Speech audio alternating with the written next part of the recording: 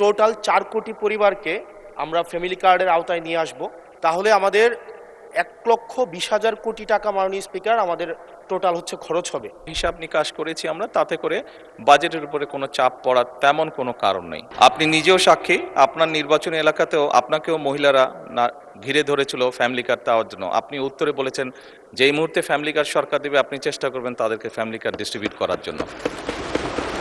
মাননীয় ইয়াং সংসদ সদস্য, আপনাকেও ধন্যবাদ আপনার প্রশ্নের জন্য।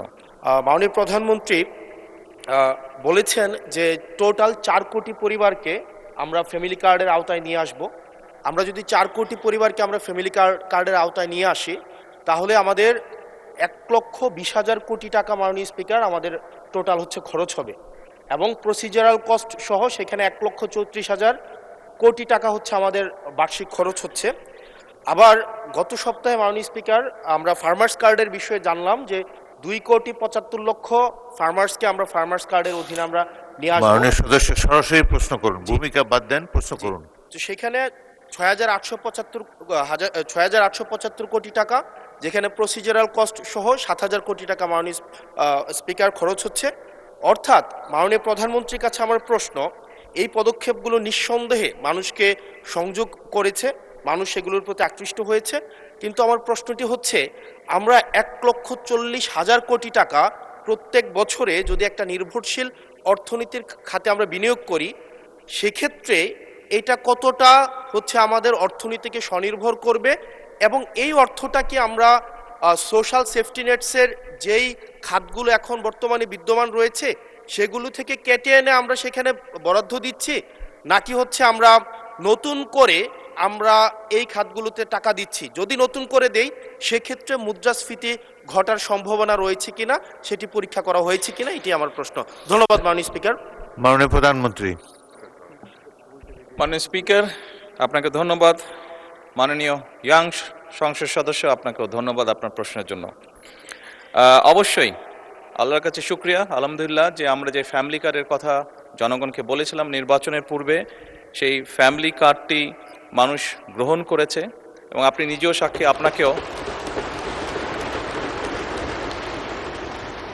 আপনি নিজেও সাক্ষী, আপনার নির্বাচনী এলাকাতেও আপনাকেও মহিলারা না ঘিরে ধরেছিল ফ্যামিলি কার্ড দেওয়ার জন্য। আপনি উত্তরে বলেছেন যেই মুহূর্তে ফ্যামিলি কার্ড সরকার দেবে আপনি চেষ্টা করবেন তাদেরকে ফ্যামিলি কার্ড ডিস্ট্রিবিউট করার জন্য। মাননীয় সংসদ সদস্য, আপনি নিশ্চয়ই এটি অনুধাবন করতে পারবেন যে 4 কোটি পরিবারকে আমরা ফ্যামিলি কার্ড দিব। আমরা পর্যায়ক্রমিকভাবে সরকার এটা দেবে। পৃথিবীর কোনো সরকারের পক্ষেই একবারে এটি করা সম্ভব না। এই ডাটাগুলো কালেক্ট করতে হবে, কার কি অবস্থা, প্রত্যেকটা ফ্যামিলির ডাটা কালেক্ট করবে, পর্যায়ক্রমিকভাবে আমরা দিব। এবং প্রথম স্টেজে আমরা যারা ভালনারেবল ফ্যামিলি আমরা তাদেরকে এই কার্ডগুলো দিব। কাজেই ধীরে ধীরে আমরা বাজেটটি তৈরি করব, এবং ধীরে ধীরেই আমরা কার্ড দেওয়ার সংখ্যাটা ধীরে ধীরে আমরা বাড়াবো। এবং সেজন্যই আমরা মনে করি আমাদের যে সব হিসাব নিকাশ করেছি আমরা, তাতে করে বাজেটের উপরে কোনো চাপ পড়ার তেমন কোনো কারণ নেই। এটি গেলে 1 নম্বর। দ্বিতীয়ত আপনি বলেছেন যে আরও যেগুলো যেগুলো social security safety net program আছে সেগুলির সাথে কনফ্লিক্ট করবে কিনা। মাননীয় সংসদ সদস্য, আপনি যদি দেখেন এই মুহূর্তে যে কটি ধরনের ডিফারেন্ট কাইন্ডের এই ধরনের প্রোগ্রাম আছে, আপনি যদি সবগুলোর অর্থ সহযোগিতা অ্যাড করেন দেখবেন যে ফ্যামিলি কার্ডে যেই 2,500 টাকা দেওয়া হচ্ছে সবগুলো অ্যাড করলেও সেটার পরিমাণ না। অর্থাৎ ফ্যামিলি কার্ডে যেই সহযোগিতা দেওয়া হচ্ছে টাকার ভলিউমে সেটা সবচেয়ে বেশি, ভলিউমে বেশি, 2,500 টাকা কোনোটাই। সবগুলোকে একজন মানুষকে যদি সবগুলো সুবিধা দেন এই মুহূর্তে যেগুলো চালু আছে, তাহলে একজন লোক 2,500 টাকার কম পাচ্ছে, বেশি পাচ্ছে না।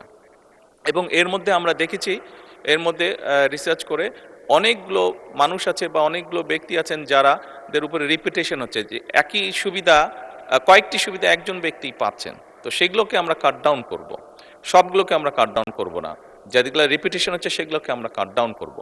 এভাবেই করে আমরা ধীরে ধীরে নিয়ে যাব। আর আপনি ইনফ্লেশনের কথা বলেছেন, আমরা অবশ্যই টাকা ছাপিয়ে দিচ্ছি না, আমরা টাকা ছাপিয়ে দিব না, বরঞ্চ আমরা মনে করি এতে ইনফ্লেশনটা কমে আসবে। কারণ আপনি চিন্তা করুন, যখন সে 2,500 টাকা পাচ্ছে, এর মধ্যে নিশ্চয়ই যারা পেয়েছে আপনি দেখেছেন যে তাদের ভিডিওতে দেখেছেন তাদের রিয়াকশনগুলো কি করবে তারা। কেউ বলেছে জামা কাপড় কিনবে, কেউ বলেছে বইয়ের বাচ্চার জন্য বই কিনবে, কেউ বলেছে ফ্যামিলির প্রয়োজনীয় জিনিস ক্রয় করবে। তার মানে আপনি দেখুন, যেই মানুষগুলো পাচ্ছে এরা কিন্তু কোনো ব্র্যান্ডেড জিনিস ব্যবহার করে না। আমরা সবাই একটু অ্যাফোর্ড করতে বলে যে ব্র্যান্ডেড বিদেশি জিনিস ব্যবহার করি। এই মানুষগুলো কিন্তু যেসব জিনিস ব্যবহার করে সেগুলো কিন্তু তাদের প্রয়োজনীয় জিনিস ব্যবহার করে, এবং তারা যেই জিনিসগুলো ব্যবহার করে অধিকাংশই দেশীয় কলকারখানা, দেশেই উৎপাদিত হয়।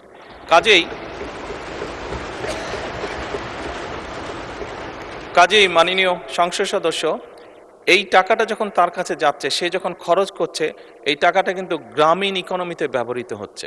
সে হয় মুরগি কিনছে, সে হয়তো থালা বাসন কিনছে, সে হয়তো গামছা কিনছে, যেই সবগুলো জিনিস, সে তার বাচ্চার যে কাপড় কিনছে, সে তার বাচ্চার জন্য যে বই কিনছে, সবগুলো জিনিস লোকালি প্রডিউস হচ্ছে। তার ফলে যেটা হবে, আমাদের লোকাল ইন্ডাস্ট্রিগুলো ধীরে ধীরে, এই যে 1,64,000 কোটি টাকার আপনি কথা বললেন, এটি সম্পূর্ণভাবে লোকাল ইন্ডাস্ট্রিগুলোতে যাবে, লোকাল ইন্ডাস্ট্রিগুলোকে এগুলো হেল্প করবে। এবং স্বাভাবিকভাবে যখন একটি গ্রামে যখন অনেকগুলো ফ্যামিলি, অনেকগুলো মহিলা এই কার্ডটি পাবেন, তারা যখন যেই দোকানে গিয়ে সদাই করবেন, তারা জিনিসপত্র কিনবেন, সেই দোকানে আপনি খোঁজ করে দেখুন, এখন হয়তো একজন হেল্পার আছে দোকানের, তার স্টাফ হয়তো একজন আছে, কিন্তু আপনি 3 মাস পরে বা 6 মাস পরে দেখবেন তার স্টাফ 2 জন হয়ে গেছে। কারণ স্বাভাবিকভাবে অনেকগুলো ফ্যামিলির কাছে এই সহযোগিতাটা পৌঁছাবে এবং তারা সেখানে সদাই করতে যাবে বা জিনিসপত্র কিনতে যাবে। ফলে ওই দোকানের মালিক যে বা দোকানটা যা চালাচ্ছে, তার তখন একজন সহকারী হবে না, তার 2 জন সহকারী হবে। অর্থাৎ কর্মসংস্থানেরও একটি ব্যবস্থা হচ্ছে। একদিকে যেরকম এইটা এক কাইন্ড অফ ইনভেস্টমেন্ট, স্টেট, রাষ্ট্রের একটা ইনভেস্টমেন্ট, যে ইনভেস্টমেন্টের মাধ্যমে ধীরে ধীরে লোকাল শিল্পগুলো গড়ে উঠবে, যে ইনভেস্টমেন্টের মাধ্যমে ধীরে ধীরে কর্মসংস্থানও গড়ে উঠবে। সেই জন্যই আমাদের হিসাব বলছে ইনফ্লেশন বরং কমবে, বাড়বে না, মাননীয় সংসদ সদস্য।